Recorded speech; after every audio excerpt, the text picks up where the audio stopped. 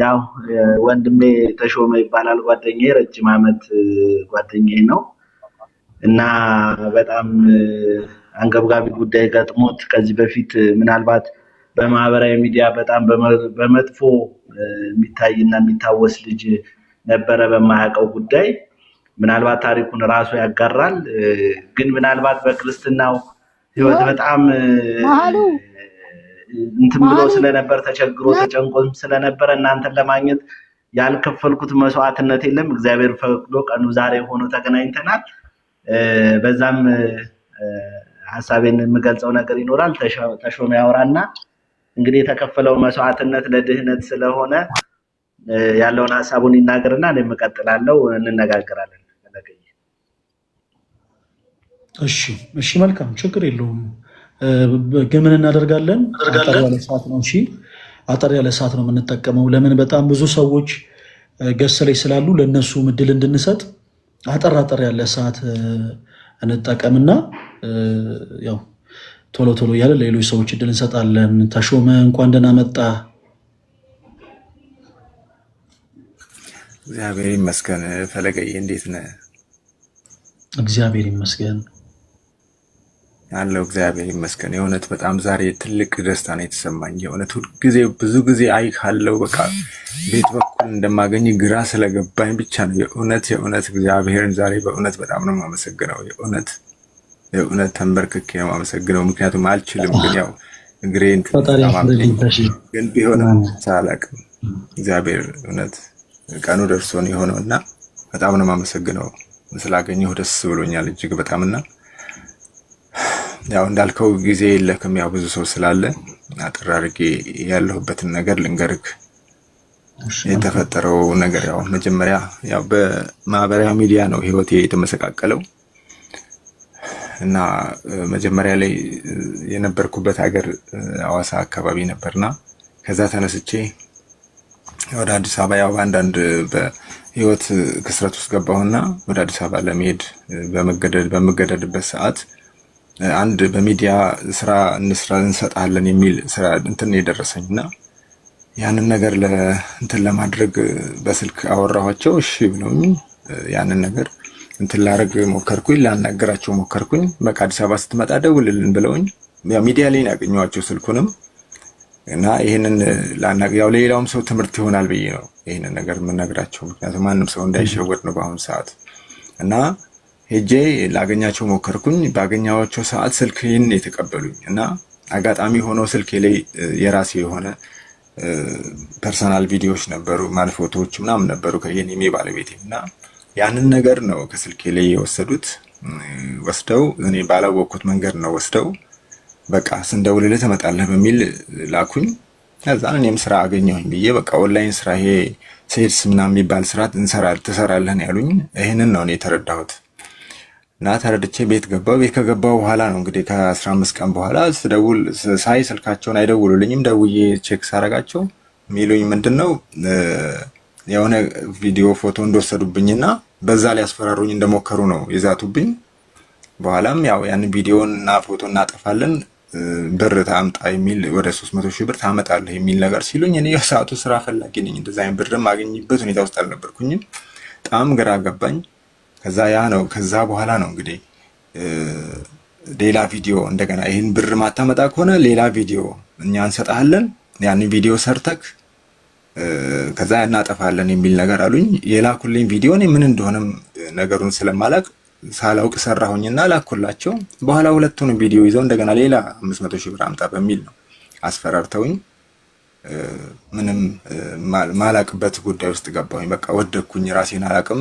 እንደገና ድጋሚ ሲያስፈራሩኝ በጣም ሳትኩኝ ራሴን ወደኩ በቃ ፓላራይዞን እንዳለ ሰውነቴ ሙሉ ሰውነቴ በድንጋጤ ማለት ነውና ይሄ ከሆነ በኋላ ነው እንግዲህ ህይወቴ በጣም ምስቅልቅል ውስጥ የገባው በቃ ይሄንን በማስፈራራት በየቀኑ ያስፈራሩኝ ቀጠሉ ከዛ በኋላ ነው ወደኩኝ ያው ቤተሰብ ልጆች አሉኝ ወለ ልጆች ባለቤቴም ነበረች በዚህ ሁኔታ ውስጥ ያለውኝ ያው ባለቤቴም ከአቅሟ በላይ ሲሆን እናቴ ተጠርታ ነው እንደገና ተመልሼ ወደ ሐዋሳ ልመጣ የቻልኩት ወደ ሐዋሳ ስመጣ እናቴ በቅፍ ይዛ ነው የመጣችው ተሸክማ ማለት ይቻላል ያንን አድርጋ ወደ ቤት ይዛኝ መጣች ቤት መጥቼ ረጅም ጊዜ ለ2 አመት ራሴን አላቅም ነበር ራሴን ሳትኩኝ። በቃ ራሴን ስቼ ሙሉ ሰውነቴ ፓላራይዝ ሆነ፣ ከላይ ከእጄም እግሬም ሁሉ ነገር በቃ።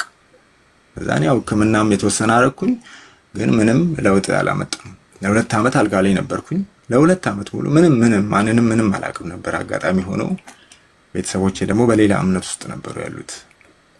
እንደገና ሌላ ስህተት ነው የተፈጠረብኝ እንደገና። ምክንያቱም ይህንን ነገር አመለጥኩኝ ብዬ ስል እንደገና ደግሞ ወደዚህ ወደ ቤተሰብ ስመጣ ደግሞ የነበሩበት እምነት ሌላ እምነት ነው። የፕሮቴስታንት እምነት ውስጥ ነው ያሉት እነሱ ሁሉም፣ እናቴም ቤተሰቦቼ ሁሉ።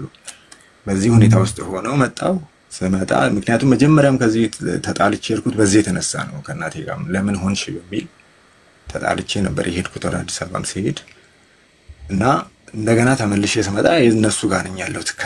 ከቅዠቴ ስነሳ ከዛ ከ2 ዓመት በኋላ ስነሳ እነሱ ጋር ነው ያለሁት። በኋላ በአንገቴ ላይ ክር ተበጥሷል። ብዙ ታሪክ ተፈጥሯል። በቃ ይሄ ሁሉ ነገር ሆኖ አሁን ኦልሬዲ ወደ 5 ዓመት ሆኖኛል እዚህ ከተቀመጥኩ። የትም መሄድ አልቻልኩ። መጨረሻ ላይ ያው ትዳሬም ተበላሸ፣ ተበተነ። ባለቤቴም ወዴት እንደሄደች የማውቀው ነገር የለም። አንዷን ልጄ ብቻ አጠገቤ ነው ያለችው። እሷን ይዤ በአሁን ሰዓት ዊልቸር ላይ ተቀምጬ እየተንቀሳቀስኩኝ ነው ያለሁት። ያው 5 ዓመት እንግዲህ አጠር አድርጌ ስናገር ያው የቀረውን ዮሴፍ ይበልጥ ይናገር፣ እሱ ጓደኛዬም ስለሆነ በደንብ ያብራራልክ። እሱ ጊዜ እንዳልሻማ እኔ ብዙም የማብራራት ችግር ስላለብኝ እሱ ያብራራልክ ያለውን ነገር። አሁን ያለሁት በቃ ዊልቸር ላይ በክራንች የተወሰነ የተንቀሳቀስኩ ልግባ አይደል እና ያብራራልክ።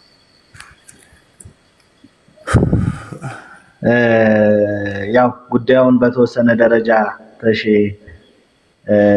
አብራርቶታል። ምናልባት ግልጽ እንዲሆንላችሁ ቪዲዮ ከፐርሰናሉ ቪዲዮ በዘለለ እሱ እንትን ያለው ቪዲዮ ምንድነው የኢሉሚናቲ አምልኮ የሚያስፈጽሙበትን ስርዓት ነበረ። መስቀል ዘግዝቆ እንቁላሎችን አድርጎ የተወሰኑ ስርዓቶችን የሚያስፈጽም ቪዲዮ ነው እንዲልክለት ያዘዙት እና ያንን ቪዲዮ ልኮላቸው ከላከላቸው በኋላ ያንን ብር እንዲያመጣ ራሱ ሲያስገድዱት ያው እኔ ረጅም ዓመት ጓደኛዬ ነው፣ 15 ዓመት አካባቢ ጓደኛዬ ነው። ምንም የምናውቀው ነገር የለም። እሱ ማንንም ሳያማክረኝ ቪዲዮ ላከላቸው። ከዛ በኋላ ያ ቪዲዮ በማህበራዊ ሚዲያ ሲለቀቅ ነው ልጁ ፓራላይዝድ ነው። መጀመሪያ ቪዲዮውን ላክልን ያሉት ከባለቤቱ ጋር የነበረውን ፐርሰናል ቪዲዮ ነው። ምናልባት እዚህ ሚዲያ ላይ እንደ ሃይማኖትም ፔጅ እንደመሆኑ መናገሩ አስፈላጊ አይደለም፣ ግን ፐርሰናል ቪዲዮ ከተባለ በቂ ነው።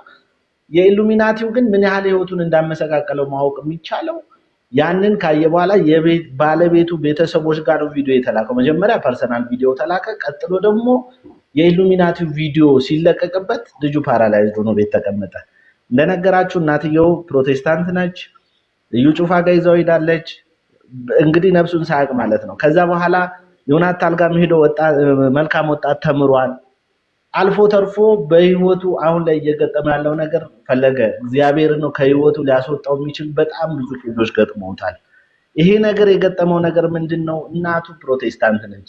ከሰዎች ጋር አስተባብረን የተወሰነ ጸበል ሊሄድ ወደ ጊዮርጊስ በርሜል ጊዮርጊስ ሊሄድ ሰዎች የፕሌን ቲኬት ሊሸፍኑለት፣ ከዛ በኋላ ደግሞ ለምግብ እዛ ላለው ለተወሰነ ነገር ልጁንም ይዞ ሲሄድ ለምናምን ሰው እያፈላለግንበት ባለንበት ሰዓት ሰማች። ይሄን እንግዲህ ኢማጂን ልጁ እምቢ ብሎ ትቶ በስንት እንትን ጸሎት እንዲጀምር አድርጌ ውዳሴ ማርያም እንዲደግም በተቻለው መጠን መዝሙረ ዳዊትን እንዲደግም እየቻለ የማታው እያስተባበርኩ እኔ በመንፈሳዊ ህይወቴ ጠነከርኩ አይደለሁም እንደሱ።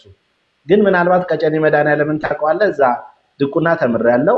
ያላገለገልኩበትም ብዙም አላገለገልኩበትም እንጂ ቀጨኔ መድኃኒዓለም ያደግኩ ልጅ ነኝ። እዛም ሰንበት ትምህርት ቤት ፈለገ ህይወት ሰንበት ትምህርት ቤት እዛ ነው ያደግኩትና ባለበት ሁኔታ አሁን በተወሰነ መሰረት እያስያዝኩት ባለበት ሁኔታ እንደናንተ ያለ ሰው የሚያበረታው የሚያጸናው በሃይማኖቱ እንዲበረታ አይዞ በርታ ጎበዝ የሚለው ሰው ያስፈልገዋል። የተከበበው እንዳለ ቤተሰቦች ሁሉ ፕሮቴስታንቶች ናቸው። እሱ ከዛች ቤት ላይ የተወሰኑ ጓደኞች አዋተው ትንሽ ሱቅ ከፍተውለት ጉሊት ይሸጣል። ጉሊት ማለት ድንሽ ከሰል ምናምን ቁጭ ብሎ እየሸጠ ልጁን እያሳደገ ነው። በዛ ብሎ እህት ወንድሞቹ በፕሮቴስታንት እምነት ወስደው ታግሎ አልችል ሲለው እቤቱ ተቀመጠ። አንገቱ ላይ ማህተብ አረገ። የእመቤታችንን ስዕል ቤት ሲያስገባ ቸርች ሲቀር እናትየው 10 ሜትር 2 ሜትር በማይሞላ ቦታ ውስጥ እሱ ከፈተችበት እናቱ። ያንንም ችሎ ፈተና ነው ብሎ ተቀምጦ ጸበል ሊሄድ መሆኑን ስትሰማ ከቤት አስወጣዋለሁ ብላ ዝታ ከጸበል አስቀረችው። አሁን ባለበት ሐዋሳ መጥተህ የነበረ ሰዓት ቪዲዮዎችን ማይቼ አንተን ለማግኘት ብዙ ጣርን አልቻለም። ቢያንስ እዛ ሄደህ አይተኸው ታበረታው ነበረ፣ ታጸናው ነበረ። ጠርተኸውም ቢሆን ስላሴ ቤተክርስቲያን አለ ከጀርባና እባክህ እንደው ይሄንን ወንድም እባክህ አትርፍልኝ። በጣም ወደው ጓደኛዬ ነው። በሃይማኖቱ በጣም ተስፋ ቆርጦ እውነቴን ነው የምልህ። ባለቤቱ ከታመመ በኋላ ነው ጥላው ሄደች። ሲታመም ስታይ ጥላው ሄደች። ጥላው ስትሄድ ጉሊት እየሸጠ ልጁን እዚህ አድርሷል። በመንፈሳዊነቱ ኢሉሚናቲ ቪዲዮ ሰርተውበት በዚህ አጋጣሚ ምንም የሚያገናኘው ነገር የለም ከሃይማኖት ጋር። ዮኒ ማኛ ገብቶ የልጁን ሁኔታ ተረድቶ ይሄን ቪዲዮ የለቀቁትን ሰዎች ሳድስ ሚዲያ ታውቁት ይሆናል አጥፉ፣ ይሄንን ሚዲያ ፕሮሞሽን እየሰራችሁበት ነው። ልጁ ተጸጽቶ ይቅርታ ጠይቋል በይፋ። ስለዚህ አጥፉ ተብሎ ሌላ ፕሮሞሽን ይሰሩበት የነበረውን ቪዲዮ አስጠፍቶለታል ገብቶ። በዛውም ለሱ ማመስገን እንፈልጋለን፣ እናመሰግናለን በዚህ ጉዳይ ላይ። አዘርዋይስ ግን ከዛ በኋላ ያለው በመንፈሳዊ ህይወት ምንም ያገናኘው ስለሌለ ፊዮኒ ምክርም መቀበል አይችልም፣ ሊመክረውም አይችልም ባለበት ደረጃ። ከዛ ወደ መንፈሳዊ ህይወቱ ግን ወደ እናንተ መምጣት አለብን። መተናል። እንግዲህ እኔ ወንድሜ እንድታተርፍልኝ እፈልጋለሁ። ፈለገ በጣም ሰው ያስፈልገዋል፣ መንፈሳዊ አባት ያስፈልገዋል። በረጅም ዓመት ቅሟል፣ መጠጥ አያውቅም እንጂ ቅሟል፣ ብዙ ዓመት ቅሟል። ወደ እመቤቴ የተመለሰ አሁን እመቤቴን ይወዳታል፣ ልጁም እሷም ትወዷለች። በነገራችን ላይ የጴንጤ ቸርች ነው ልጁ የምትማር። እነሱ ሲዘምሩ ዘምሪ ሲሏት የእመቤቴ መዝሙር ካልሆነ አልዘምርም እያለች ነው የምትቀመጥ እዛ ቸርች ውስጥ። ምናልባት ይህን ስለተናገርኩም ሊያባርሯት ይችላሉ ነገ ሰምተው። ግን ልጁ ነፃ ከወጣ ይበቃል። በቃ ተሾመ ነፃ ከወጣ ይበቃል። ይሄን ያህል መስዋዕትነት እየከፈለ ነው ልጁ። የቸርች ትምህርት ቤት ነው የምትማር፣ በነፃ ነው የሚያስተምሩለት። ዘምሪ ይሏታል፣ ስለ ሃይማኖት ይጠይቋታል። ኦርቶዶክስ ለምን ሆንሽ ማህተብሽን በጥሽ እያሉ እያስቸገሯት እየተማረች ነው ያለችው። ላለው ነገር በመንፈሳዊ ህይወቱ አበርታልኝ። በጣም ብዙ የፈለግንህ ለዚህ ነው። እንግዲህ ይሄ ነው ማለት የምፈልግ። የተሳሳትኩት ነገር ካለ ይቅርታ ተሾመ። ግልጽ መናገር አለብህ አንተ። ኢሉሚናቲ ብለህ ተናገር፣ ድብስብስ አድርገህ አታሳልፍ። ምክንያቱም ህይወትህን ያጣህበት ነገር ነው። ይሄንን ታውቃለህ፣ ትረዳለህ በስነ ስርዓት። ስለዚህ ይሄን ያለው እውነት ፈለገኝ። ኦኬ በጣም ነው የማመሰግነው ዮሴፍ፣ በጣም ትልቅ ስራን የሰራው። በዚህ አጋጣሚ ተሾመ በስላወቅኩ አንተንም እጅግ በጣም ደስ ብሎኛል። በጣም እዚህ ጉዳይ ላይ የአንድ ሰው ሀሳብ ብቻ በነገራችን ላይ በቂ አይደለም። በመጀመሪያ ደረጃ ይሄ መልእክት የሚደርሳችሁ ሁላችሁ ምናልባት እዚህ ውስጥ የምትኖሩ ሊሆን ይችላል።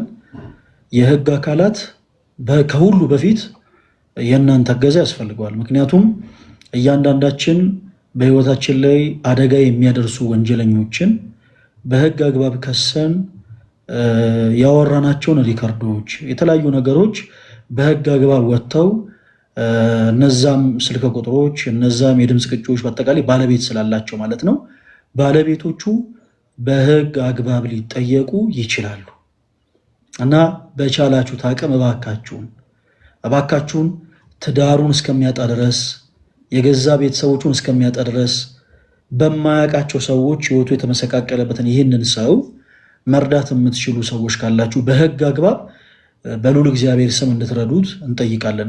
ከዛ በመቀጠል ብዙ ጊዜ ሌላ ቦታ ፕሮሞት ይደረጋል። እኔ አሁን የሆነን ፕሮቴስታንት የሆነን ሰው ማናደድ ማብሸቅ ፈልጌ አይደለም። ወደ ኦርቶዶክስ ቤተክርስቲያን የእስልምና እምነት ተከታይ የሆነ ሰው ጸበል መጠመቅ ፈልጎ ሲመጣ ሂጃባችሁን አውልቁ፣ ጀለቢያችሁን አውልቁና ጣሉ የሚል አንድም ካህን፣ አንድም ዲያቆን፣ አንድም ምዕመን የለም።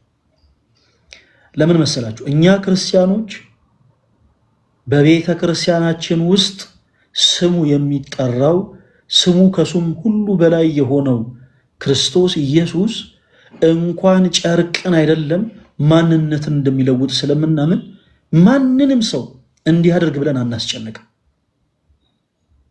ኦርቶዶክሳውያን እዛኛው ቤት እንዲህ እንደሚደረግ ግልጽ ነው፣ እሙን ነው። ፕሊስ እባካችሁ እንደዚህ የምታደርጉ ፕሮቴስታንት የሆናችሁ እህት ወንድሞች፣ እንደዚህ የምታደርጉን ያልኩት እባካችሁ በሰው ህይወት አትቀልዱ።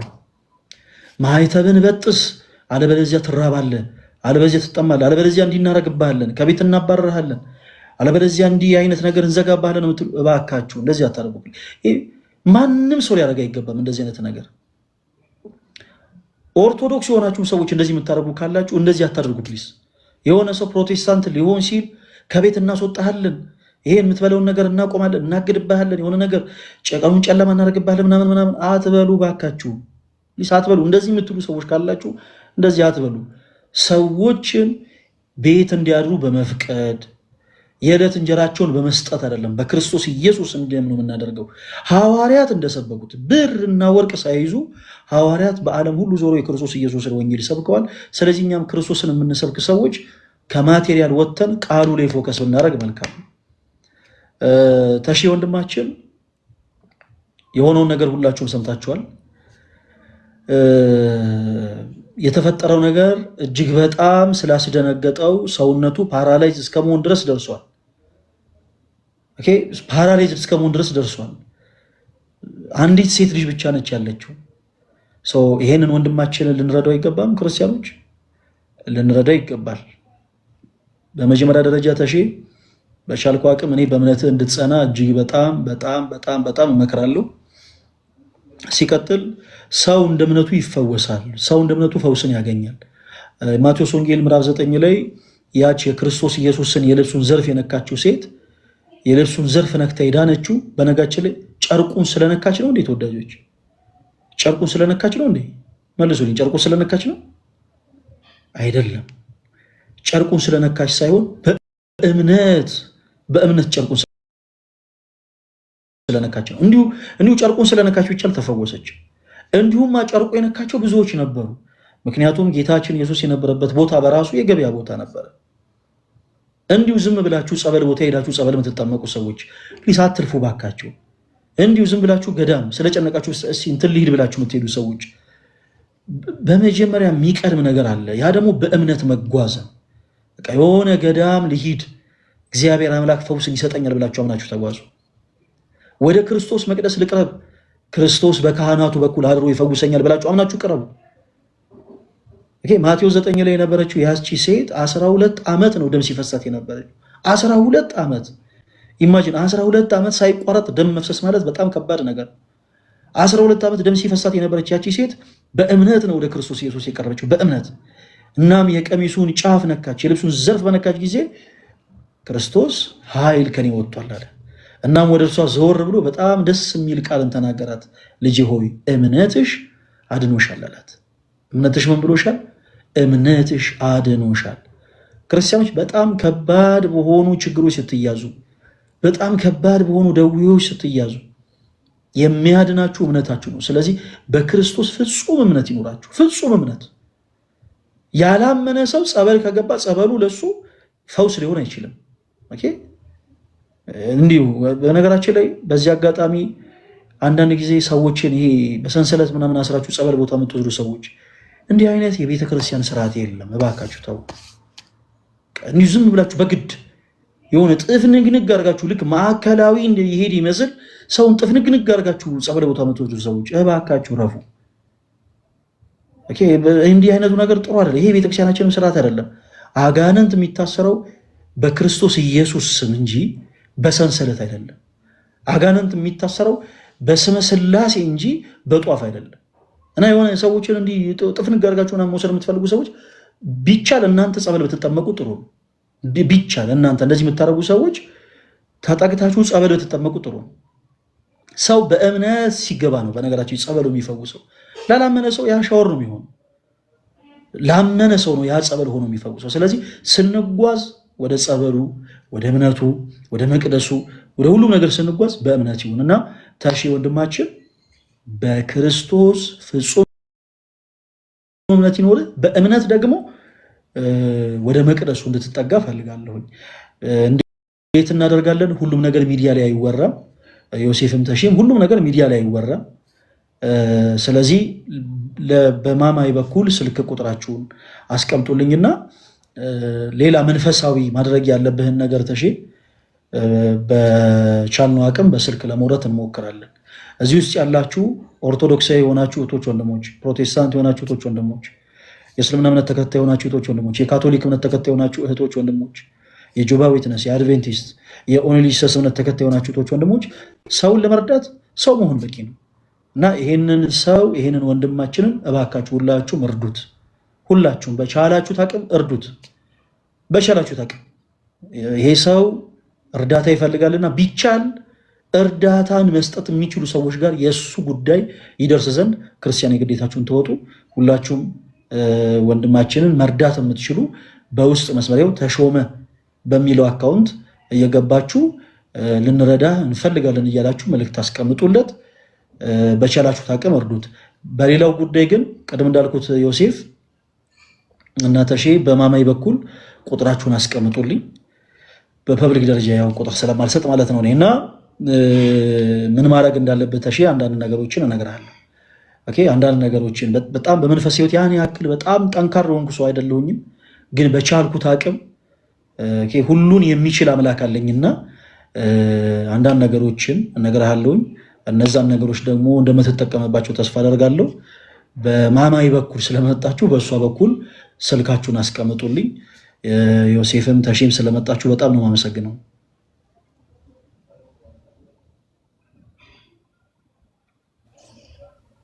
ማይካችሁ ሚት ነው። እሺ ፈለገዬ እጅግ አድርጌ ነው የማመሰግን። እኔም ላለው ነገር እግዚአብሔር ይስጥልኝ። ምንም ልል አልችልም። አገልግሎት ዘመንን እንግዲህ አርዝምልን። ወጣት የመጣህ እንግዲህ ሐዋርያ ነህና ያው እኛም በመንፈሳዊ ነገር የጎለበትን የጠነከርን አይደለንም፣ እንበረታለን። ከዚህ በኋላ ባይሆን እግዚአብሔር በፈቀደ እንደነገርኩ ስልክን ለማማይ እናስቀምጣለን። ላለው ነገር አመሰግናለሁ። በጣም እጅግ አድርጌ ነው ማመሰግን። ማማይ ውስጥ አስቀምጥልሻለሁ ስልክሽን። ተሾመ የምታመሰግነው ካለ እንግዲህ አመስግናቸው። አመሰግናለሁ።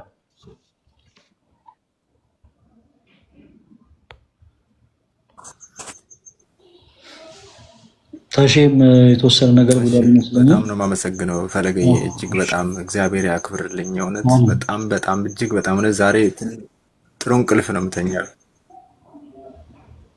አሜን አሜን። ተሼ ይሰማል አይደል?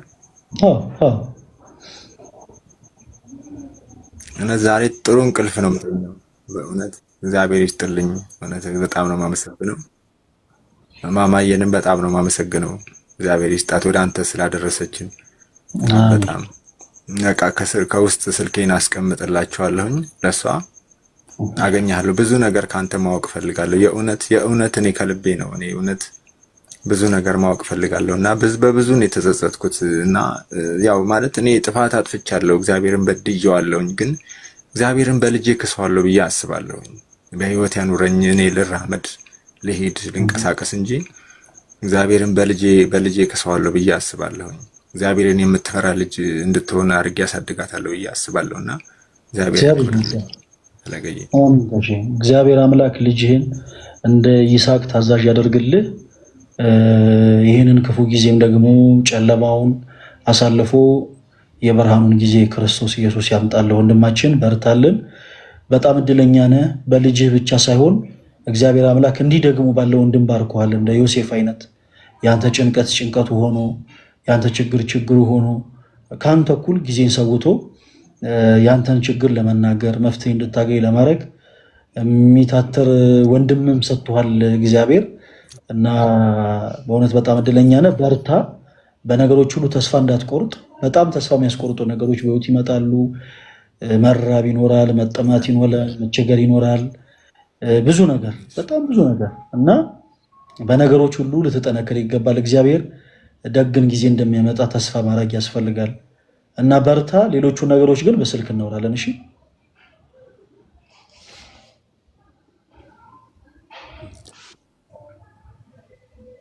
እሺ እሺ እሺ ፈረገኝ። እሺ አስቀምጣለሁ ስልኬን።